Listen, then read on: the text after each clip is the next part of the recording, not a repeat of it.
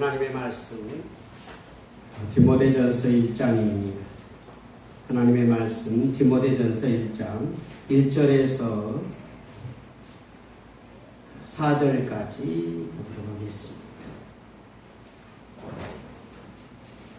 디모데전서 1장 337페이지 1절에서 4절 제 목소리에 맞춰서 함께 보시겠습니다. 우리 구주 하나님과 우리의 소망이신 그리스도 예수의 명령을 따라 그리스도 예수의 사도된 바울은 믿음 안에서 참 아들 된 디모데에게 편지하노니 하나님 아버지와 그리스도 예수 우리 주께로부터 은혜와 긍휼과 평강이 네게 있을지어다. 내가 마게도나로 갈 때 너를 권하여 에베소에 머물라 한 것은 어떤 사람을 명하여 다른 교훈을 가르치지 말며 신화와 끝없는 족보에 몰두하지 말게 하려 함이라. 이런 것은 믿음 안에서 있는 하나님의 경륜을 이름보다 다 도리어 변론을 내는 것이라. 아멘. 디모데 전서와 디모데 후서 그리고 디도서는 사도 바울이 이제 옥중에 있을 때 당대 교회를 섬기고 있는 목사님들에게 디모데 목사님하고 목사에게 그리고 디도 목사에게 편지로 너가 이렇게 목회를 좀 잘 했으면 좋겠다 하는 그런 메시지입니다. 그래서 특별히 디모데 전서는 디모데를 참 아들이다, 믿음 안에서 참 아들이다 이렇게 이야기하고 3절에서는 사도 바울이 에베소 교회를 한 2년에서 3년 정도 개척해서 목회하다가 이제 디모데에게 마게도냐로 갈 때 에베소 교회를 목회하라고 맡겼답니다. 그리고 어느 날 디모데 목사가 에베소 교회를 이제 목회하다가 에베소 교회에 대한 여러 가지 소식을 들었죠. 그래서 옥중에서 에베소 교인들을 향하여서도 에베소서를 보냈었고 디모데 목사를 향하여서도 에베소 교회에서 목회할 때 너가 이렇게 했으면 좋겠다 라고 이야기하는 내용이 디모데 전서지요.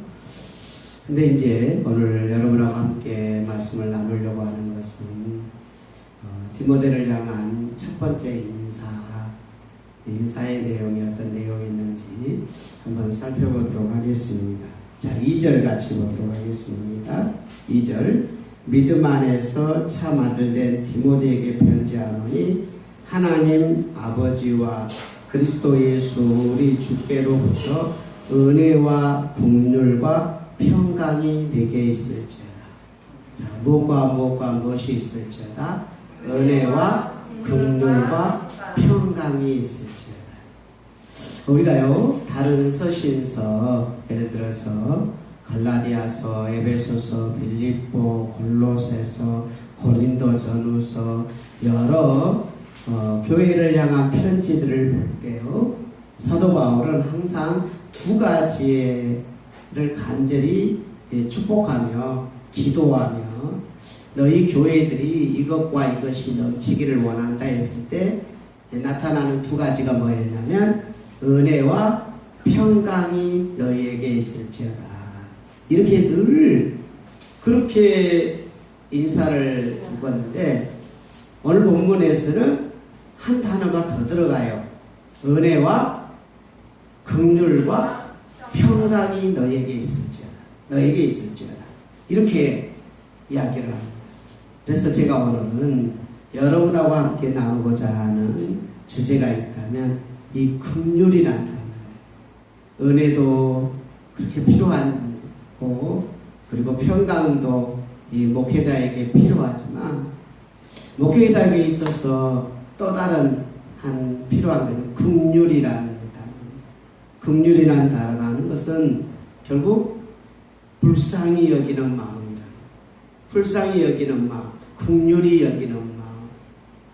그래서 그런 긍휼이 이 디모데 목사에게 있었으면 좋겠다. 에베소 교인들을 바라보면서 그런 마음이 있었으면 좋겠다. 긍휼의 마음이 있었으면 좋겠다 하는 겁니다. 그래서 이 긍휼의 마음을 이 디모데에게 요구하면서 자 2장 1절에서부터 시작되는 내용이 긍휼을 그대로 표현하는데요. 한번 같이 제가 읽어드리도록 하겠습니다. 2장 1절. 그러므로 내가 첫째로 권하노니 디모데야 내가 첫째로 권하노니 모든 사람을 위하여 간구와 기도와 도고와 감사를 해라. 이렇게 하요. 디모데야 내가 너에게 구한다. 너에게 긍휼을 원하는데 너가 모든 사람을 위하여 기도 좀 해줘라.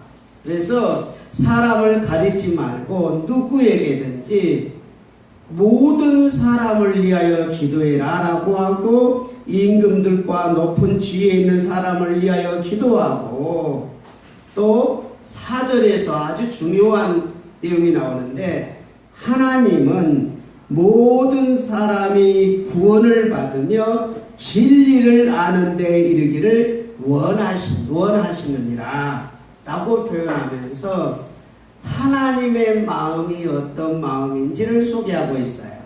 하나님의 마음이 어떤 마음이에요? 모든 사람이 구원을 받으며 진리를 아는 데 이르기를 원한다. 두 가지죠. 하나님은 모든 사람이 구원을 받기를 원한다. 이게 하나님의 마음이라는 말입니다. 그래서 교회 안에 에베소 교회 안에 끊임없는 율법을 따라가는 사람들이 있고 신앙을 따라가는 사람이 있고 족보를 따라가는 사람이 있어서 에베소 교회 안에 많은 사람들이 혼란과 역경과 그리고 트러블과 그리고 갈등과 서로 반목하고 쓸데없는 시간들을 너무도 많이 보내고 있는 많은 사람들을 향하여서 하나님의 마음은 누구든지 다 구원을 받았으면 좋겠다. 이 이야기를 하고 있는 거예요. 그리고 두 번째는 진리를 아는 데 이르렀으면 좋겠다. 진리 안에 살았으면 좋겠다 하면서 디모데를 그곳에 놔두는 거잖아요. 그래서 하나님이 원하는 그 일들을 디모데 네가 좀 해줘라. 모든 사람이 구원받기를 원하는 것, 또 모든 사람이 진리를 이루기를 원하는 것, 그걸 위해서 너는 기도하고 간구하고 도움을 구하는 도구하고 감사를 하면서 너가 그 일을 좀 매진해라. 모든 사람이 구원을 얻으며 진리를 아는 쪽으로 있도록 해라. 던지면서 아주 중요한 메시지를 던지는데요. 자, 한번 같이 보도록 하겠습니다. 자, 5절부터 2장 5절부터 주시는 6절 말씀입니다. 시작. 하나님은 한 분이시오 또 하나님과 사람 사이에 중보자도 한 분이시니 곧 사람이신 그리스도 예수시라. 자, 중보자가 누구예요? 사람이신 그리스도 예수가 중보자라. 그러니까요, 인간을 구원하려고 하시는 하나님, 인간에게 진리를 전해야 된다는 것이 하나님의 마음인데 디모데가 해야 될 사역은 뭐냐면 디모데야 하나님이 한 분이다. 그분을 전해라. 인간에게 중보자도 한 분이다. 하나님과 인간의 중보자는 딱 한 분이다. 한 분. 그분이 누구냐? 예수님 외에는 없다. 그러므로 너가 예수님의 중보자를 소개해서 예수님을 통해서 구원을 받으며 진리이신 예수님을 붙잡도록 도와줘라. 이렇게 이야기하는 거예요. 인간이 모두 다 구원 얻기를 원하고 모든 인간이 진리를 알기를 원하는데 그 일의 중심에 그 일의 주체가 누구냐? 바로 예수님이다. 사람으로 오신 예수님이다. 그러므로 디모데야 네가 목회를 하면서 너가 사람을 구원할 수 수 없다는 것을 기억하고 너가 진리를 다 알고 있는 것 아니지 않느냐. 그러므로 진리이신 예수님, 중보자이시는 분은 예수님이니까 예수님이 그를 구원할 수 있도록 도와줘라 라고 성도들이 예수님을 붙잡게 하고 진리이신 예수님을 알게 하고 중보자이신 하나님의 능력과 은혜를 구하는 예수님을 통해서 하나님께 나아가게 해라 하면서 이 복음의 아주 중요한 중심을 6절에서 이야기하는데, 그가 즉 예수님이 모든 사람을 위하여 자기를 대속물로 주셨으니 이렇게 이야기해요. 그러니까 인간은 구원받지 못하는 게 인간이에요. 인간의 삶을 바라보면 하나님 앞에 인간은 나설 만한 자격이 없지요. 인간이 어떻게 진리를 알겠어요? 진리의 길을 따라가지도 못하고 구원의 길을 인간이 따라가지 못하지요. 그래서 오늘 본문에서 모든 사람을 위하여, 누구든지 사람을 가리지 않고 누구든지 어느 누구든지 간에 그 모든 사람을 위하여 자기를 대속물로 주셨다. 대신 속죄 제물로 주셨다라는 거예요. 대신 죽어주시오. 인간이 죄를 지으면 마땅히 형벌을 받아야 되는데 그 형벌을 예수님이 대신 받아주시고, 인간이 고통을 당하여서 저주를 받아야 되는 그 자리에서 예수님이 십자가에서 대신 받아주신 대속물로 주시지 않았느냐. 그러므로 디모데야, 예수님께서 우리 인간을 위하여 불쌍히 여겨주시고 긍휼히 여겨주셔서 우리를 위하여 십자가에서 대속물로 주셨으니 그 예수님의 은혜가, 그 예수님의 사랑이, 예수님의 그 자비로우심이 긍휼로 불쌍히 여기심으로 인간에게 다가오지 않았냐. 디모데야, 너도 하나님 우리 아버지와 주 예수 그리스도의 이 주시는 이 긍휼을 너도 받아라. 너도 목사지만, 너도 인간이고, 너도 목사지만 너에게도 긍휼이 필요하다. 그러므로 너도 예수님을 통하여서 긍휼함을 받아라. 불쌍히 여김을 받아라. 그리고 디모데야, 너는 좀 기도를 좀 해라. 내가 너희를 첫 번째로 구하오노니 모든 사람이 구원을 받으며 진리를 알도록 중보자이신 예수님을 소개해서 예수님이 그 사람을 구원하도록, 예수님을 붙잡도록, 예수님의 은혜를 붙잡도록, 예수님이 주시는 평강을 붙잡도록 그 사람을 긍휼히 여기는 마음을 가졌으면 좋겠다 해서 디모데에게 너에게 긍휼이 있었으면 좋겠다라고 이야기합니다.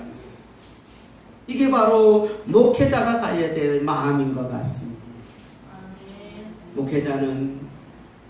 목회자 스스로가 끊임없이 예수님을 통해서 내가 구원을 받았잖아. 예수님 때문에 내가 살았잖아. 예수님이 때문에 내가 하나님의 사랑을 받았잖아. 예수님이 아니었으면 나 같은 죄인이, 여러분 같은 죄인이 어떻게 하나님의 사랑을 받을 수 있었겠어요? 예수님이 나를 위하여 십자가에 죽으신 대신 속죄 제물이 되신 대속물이 되어주신, 우리의 죄값을 치러주신 예수님의 은혜로, 예수님의 사랑으로, 예수님이 나를 불쌍히 여겨주시는 긍휼하심으로 나에게 은혜와 긍휼과 그리고 평강을 주셨으니 이 마음을 가지고 모든 사람들 위해서 기도하라. 지금 한국교회가 수없이 많은 사람들에게 비난을 받고 있지요. 모든 책임이 어쩌면 저에게, 아니면 우리 모두에게 있지 않나 싶습니다. 이 시대에 우리가 해야 될 일이 있다면 긍휼히 여기는 마음, 교회를 욕하는 사람들도, 교회를 비난하는 사람들도, 또 교회를 걱정하는 사람들도, 또 교회를 통하여서 고통받는 성도들도, 또 여러 가지 건강으로 몸이 아파가지고 괴로움 당하고, 또 경제적으로 많이 힘든 사람들, 누구든지 지금 우리에게 필요한 것은 중보자이신 예수님의 따뜻한 손길이 필요하지 않나 싶습니다. 우리와 하나님의 와의 중보자이신 예수님, 그 예수님이 우리의 죄값을 치러주시고 우리의 고통을 어루만져 주시고 우리를 안아주시고 오직 유일한 구원자이시고 유일한 하나님의 소망이시고 하나님께 나아갈 수 있는 길이신 진리이신 예수님이 통하여서 위로가 찾아오고 구원의 역사가 일어나고 그분이 직접 살아계셔서 죄값을 치러주실 뿐만 아니라 고통과 아픔까지도 어루만져 주실 수 있다고 저는 믿습니다. 이 시간 우리 함께 중보자이신 예수님, 나에게 은혜를 베풀어 주시옵소서. 중보자이신 예수님, 나를 불쌍히 여겨 주십시오. 중보자이신 예수님, 불안이 아닌 평강을 주십시오. 은혜와 긍휼과 평강을 달라.